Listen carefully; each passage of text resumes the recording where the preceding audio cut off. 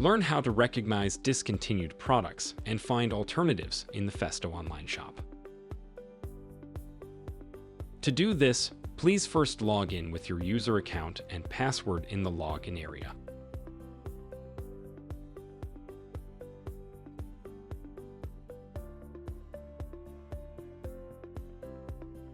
Search for the desired product in Central Search and select it.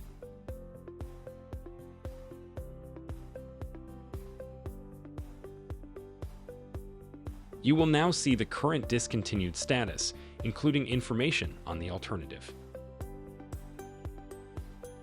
Click on Show Details for further information on the alternative product.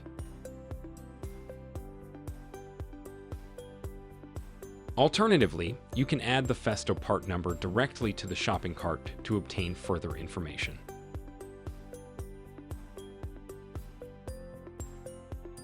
Click on the discontinuation message to display the alternative.